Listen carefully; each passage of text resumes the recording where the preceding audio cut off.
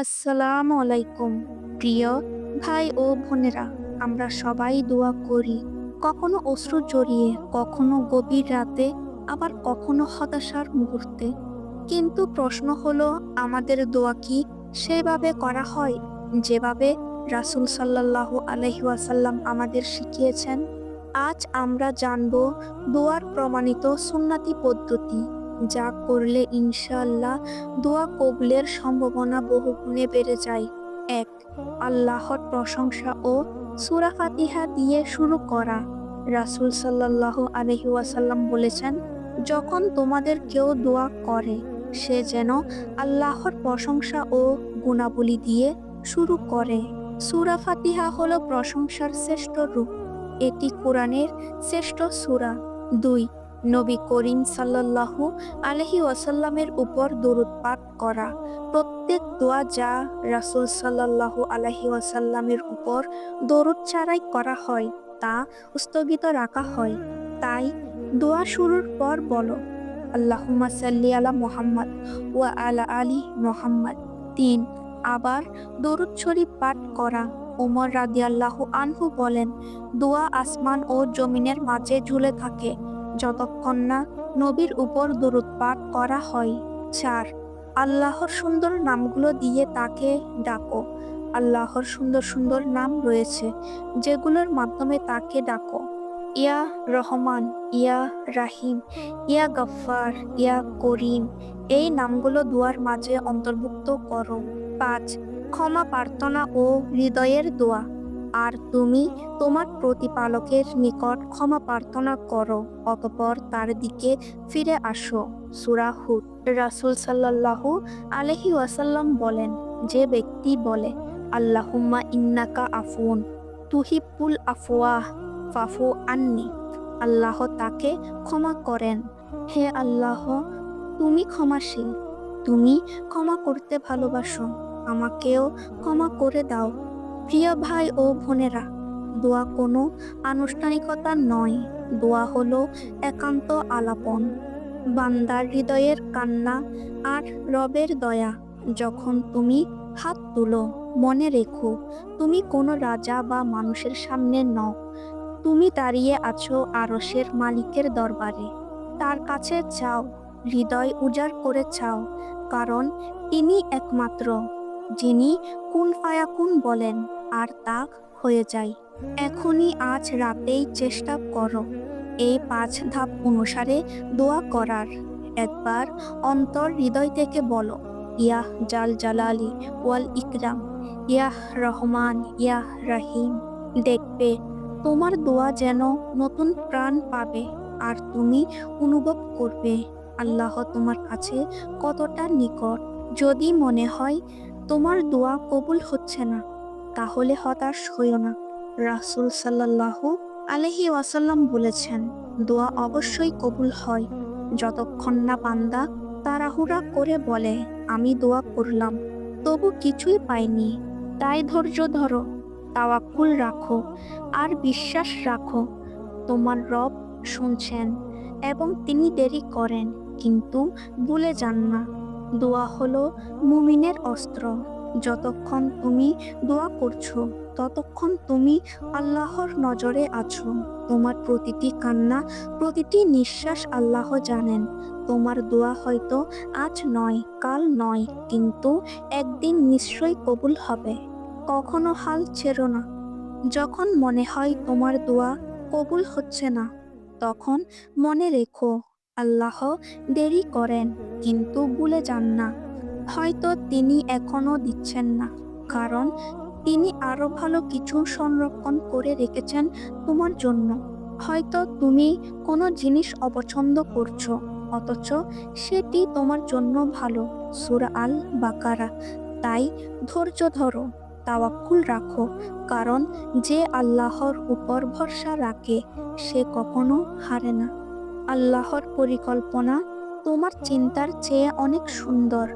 তুমি ভাবছো জীবন শেষ হয়ে গেছে, কিন্তু আল্লাহর পরিকল্পনা তো শুরুই হয়েছে এখন।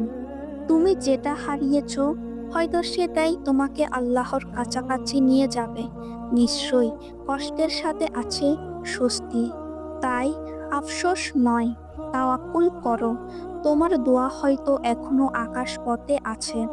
আল্লাহর সময় আসলেই তা নেমে আসবে তোমার জীবনে।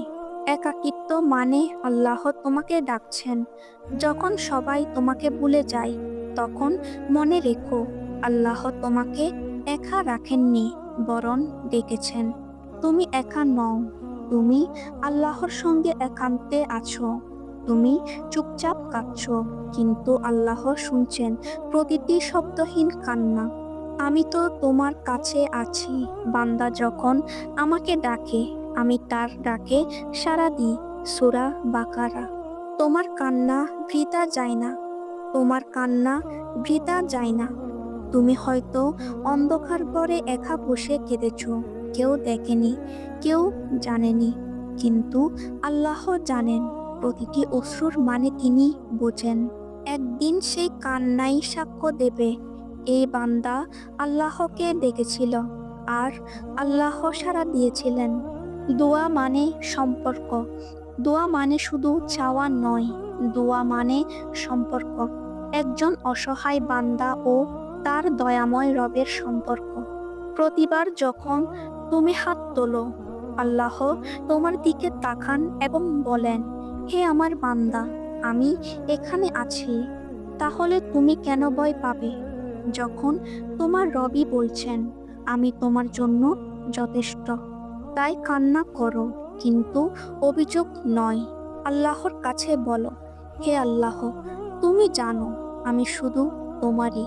তোমার দোয়া আকাশে ঝুলে নেই, তা সময়ের অপেক্ষায়। কখনো মনে হয় আমি দোয়া করলাম, কিছুই হলো না, কিন্তু হয়তো তোমার দোয়া এখনো আকাশে অপেক্ষা করছে সেই নির্ধারিত মুহূর্তের জন্য, যখন তা নেমে আসবে আর বলবে, এখনই সময়। আল্লাহর সময় সেরা সময়। তুমি শুধু দোয়া করে যাও আর বিশ্বাস রাখো, তোমার দোয়া হারায়নি। আল্লাহর ভালোবাসা বোঝার চেষ্টা করো। আল্লাহ তোমাকে কষ্ট দেননি শাস্তি দিতে। তিনি তোমাকে কষ্ট দিয়েছেন যাতে তুমি তার কাছে ফিরে আসো। যেমন মা তার সন্তানকে ডাকে কাঁদিয়ে, আল্লাহ তোমাকে ভালোবেসে ফিরিয়ে নেন কষ্টের মাধ্যমে। তুমি যখন বলো, হে আল্লাহ, আমি পারছি না, তখন তিনি বলেন, আমি তোমার সঙ্গে আছি। যে আল্লাহ তোমার হৃদয়ের কথা জানেন, তোমার চোখের অশ্রু দেখেন, তোমার প্রতিটি দোয়া শুনেন, তার রহমত থেকে কখনো হতাশ হইও না। তুমি যতদিন দোয়া করছো, ততদিন তুমি আশা নিয়ে বেঁচে আছো। আল্লাহ তোমার দোয়া কবুল করুন, তোমার অন্তরকে শান্তি দান করুন, আর তোমার জীবন ভরে দিন রহমতের আলোয়। এই ভিডিওটি তাদের জন্য যারা আল্লাহকে জানতে চায়, বুঝতে চায় আর নিজের জীবনকে সুন্নাহ অনুযায়ী করতে চায়। প্রিয় ভাই ও বোনেরা, যদি ভিডিওটি তোমাদের হৃদয় ছুঁয়ে যায়, তাহলে দুয়ার মতোই ভালোবাসা দিয়ে ভিডিওটি লাইক করো, শেয়ার করো আর সাবস্ক্রাইব করো। তোমার এক শেয়ার কারো জীবনের পরিবর্তনের কারণ হতে পারে। কমেন্টে লিখে দাও, আজ থেকেই আমি সুন্নাহ অনুযায়ী দোয়া শুরু করব ইনশাআল্লাহ। হয়তো তোমার এই ইচ্ছাই হবে তোমার জীবনের পরিবর্তনের শুরু। প্রিয় ভাই ও বোনেরা, দোয়া করে যাও, তাওয়াক্কুল রাখো। একদিন আল্লাহ তোমার প্রতিটি কান্নার উত্তর দেবেন।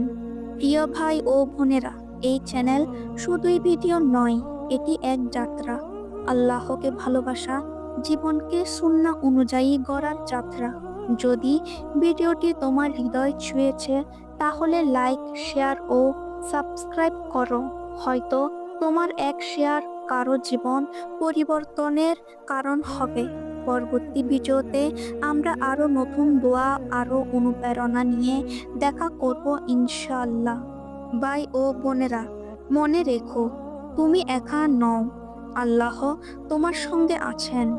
প্রতিটি কষ্ট, প্রতিটি কান্না, প্রতিটি দোয়া তিনি দেখেন।